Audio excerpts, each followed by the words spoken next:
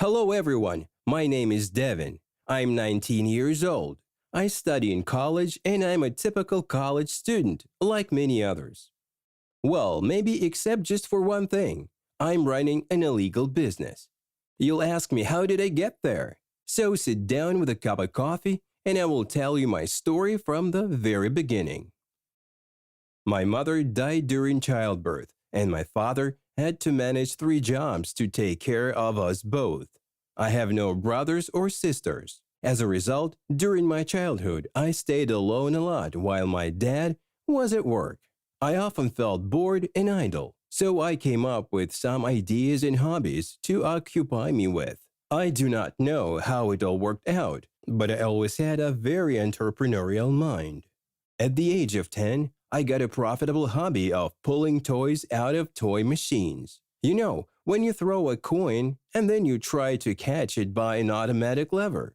Usually these toy machines do not work properly and you cannot get anything out of them. However, I tried different ones and I finally found one toy machine in an amusement park where you could make it work by pressing a certain number of times on the button and turning the lever in certain directions. So I hacked this toy machine so that I could easily get the toys out of it. After that, I pulled out all of the toys and sold them to my friends and neighbors. My earnings from toy sales were small, but for a 10-year-old boy, it was a lot of money. After that, when I was already in college, I started selling cigarettes by the piece to my classmates. My prices for cigarettes were high, but business is business. Then one day, our college dean caught me doing this. I was immediately expelled from college, and for a while I forgot about my cigarette business. Then my dad and I moved to another city, and I went to another college. One day my dad presented me with a professional camera for my birthday, and I became a real fan of photography. I was photographing everything wherever I was. After that, I developed my pictures in the basement of our college laboratory, and then I sold the best of them on the auction. Once a student named Alex paid me as much as $100 so I would track his girlfriend and take pictures of her suspicious behavior and people around her. While I was following her, I made a picture of her kissing another guy. When I showed this picture to Alex, he got very angry with what he saw, but he gave me my money as I honestly earned it. Whatever I came up with, I turned into a profitable business. For example, I mastered Photoshop, and this new skill earned me very good money too. For example, my classmate Sam didn't have a girlfriend, but he boasted to everyone that he was dating the most beautiful girl in town. Nobody believed him, so he came to me. I photographed a supermodel from a cover of a glossy magazine and I edited a photoshopped photograph of Sam, who held her by her hand. Sam loved the idea and he gave me $20 for it. The next day he showed this photo to all of his class and everyone was super jealous of him. I asked Sam not to tell everyone how I did it, but he immediately told everyone and my business took off. One day, a captain of our local college football team, Steve, came to me and asked me to make a fake driver's license for him, since he was not able to pass his license exam and failed it many times. He promised to pay me $200 for the license, so I agreed. First, I photographed Steve on a white background. Then I added some magic, and when I printed the license, it looked like a real one. After that, I bought a laser printer and hid it in the college lab. So with a laser printer, I quickly scaled up my business.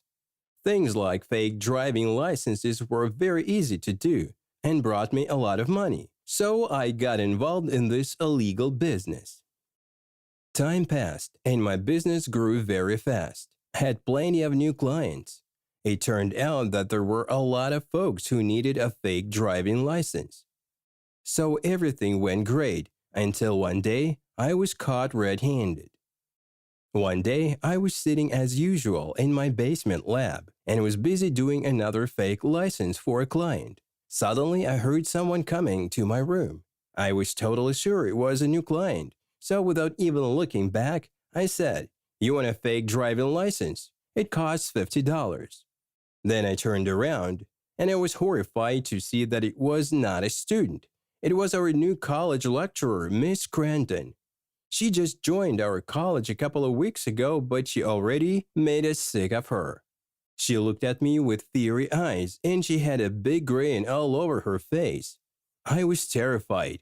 I thought she would report on me, and they would expel me from college again. But all of a sudden, she said that she was impressed with my skills and would not tell our college dean about me, so I could continue doing my business. But starting from now, I would have to pay her half of my earnings as a bribe for keeping silent on me. Otherwise, she said she would report on me and they would expel me from college and send me to prison for fraud. I was shocked and embarrassed. I didn't know what to do. I was under strong pressure, so I agreed. She took some samples of my fake driving licenses as evidence. She also showed me some photographs she made when she saw me taking money from my clients for the fake licenses. She said she followed me all this time and finally she got me caught.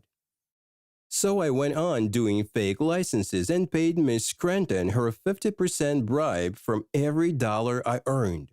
But after some time, she told me this wasn't enough, and she demanded 75% of all my earnings. It was just a nightmare. Miss Cranton was a real devil.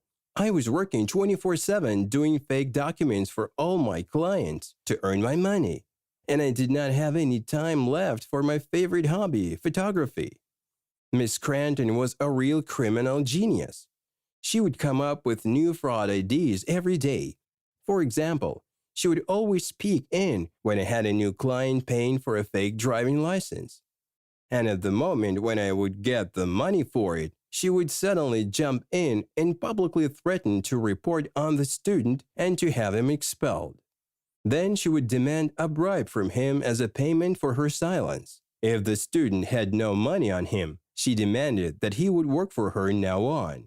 For example, the student had to steal cash from the student lockers and find out which students had rich parents, or spy on his classmates and then report to Miss Cranton. So quite soon, Miss Cranton organized a real college-wide criminal network, and she was the true leader of it.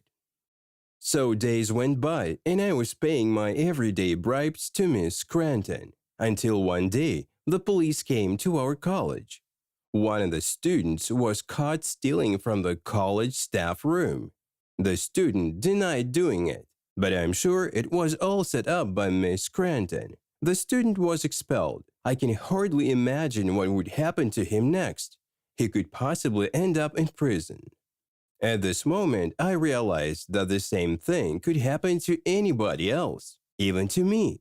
So I decided to get rid of Miss Cranton before other unfortunate students would get into her criminal network and be kicked out of college and ruin their life.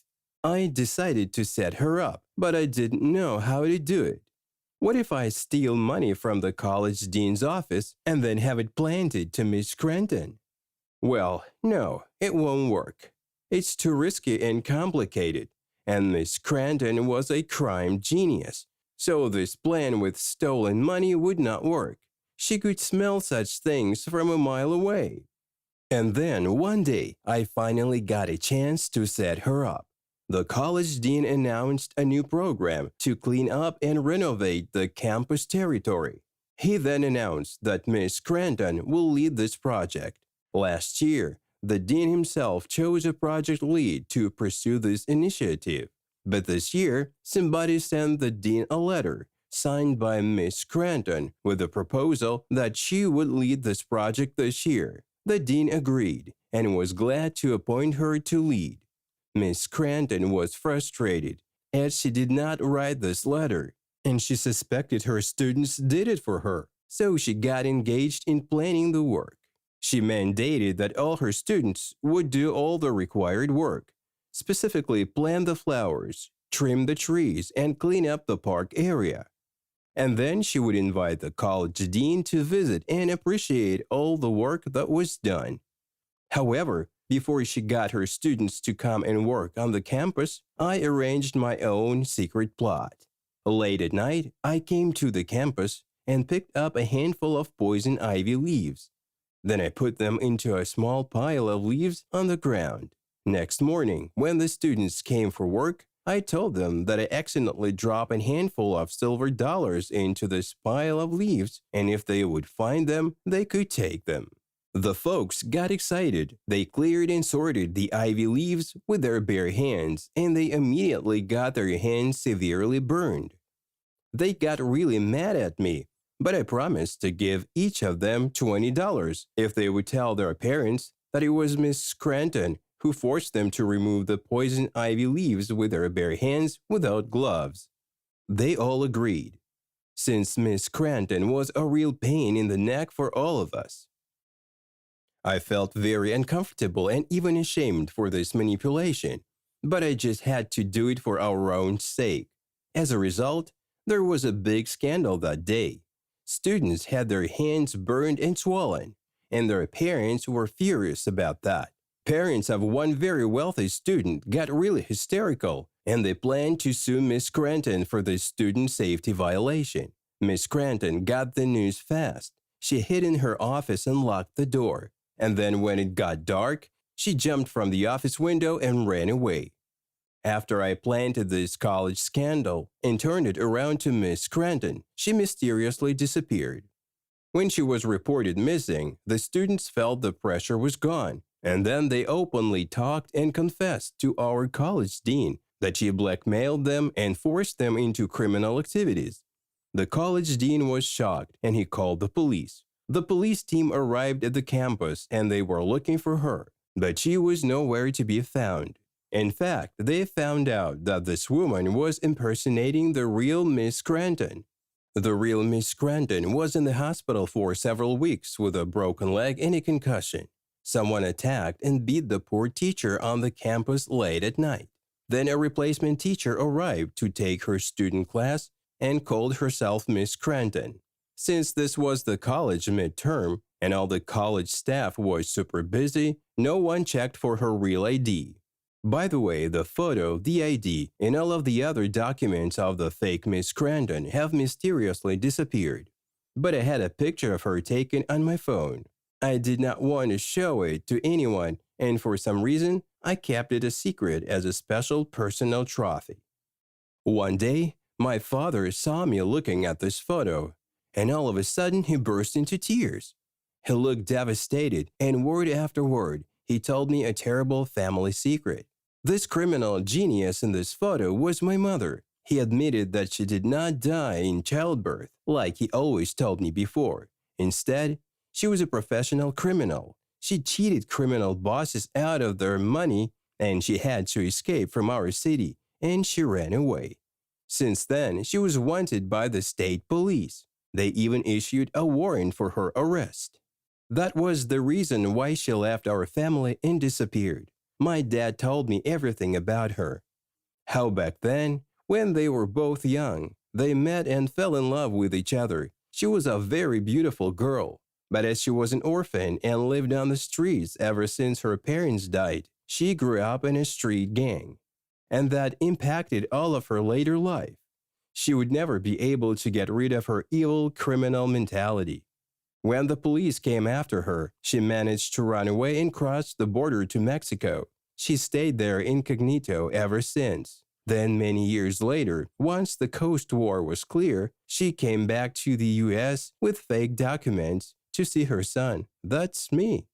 As I later found out, she knew exactly who I was since our first meeting in the college, and she was watching and following me all this time.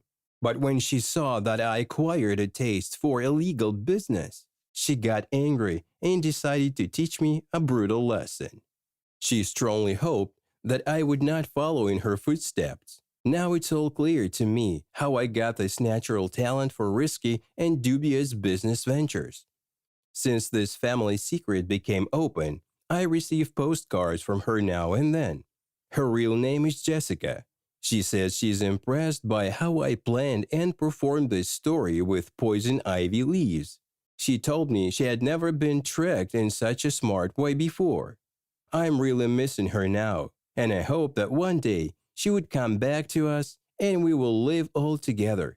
and that my mom will feel safe and happy, and she will not be pursued neither by the police nor by the gangsters. Do you think my dream will ever come true? Write in the comments what you think of my story, and if you liked it, subscribe to the channel and give it a like.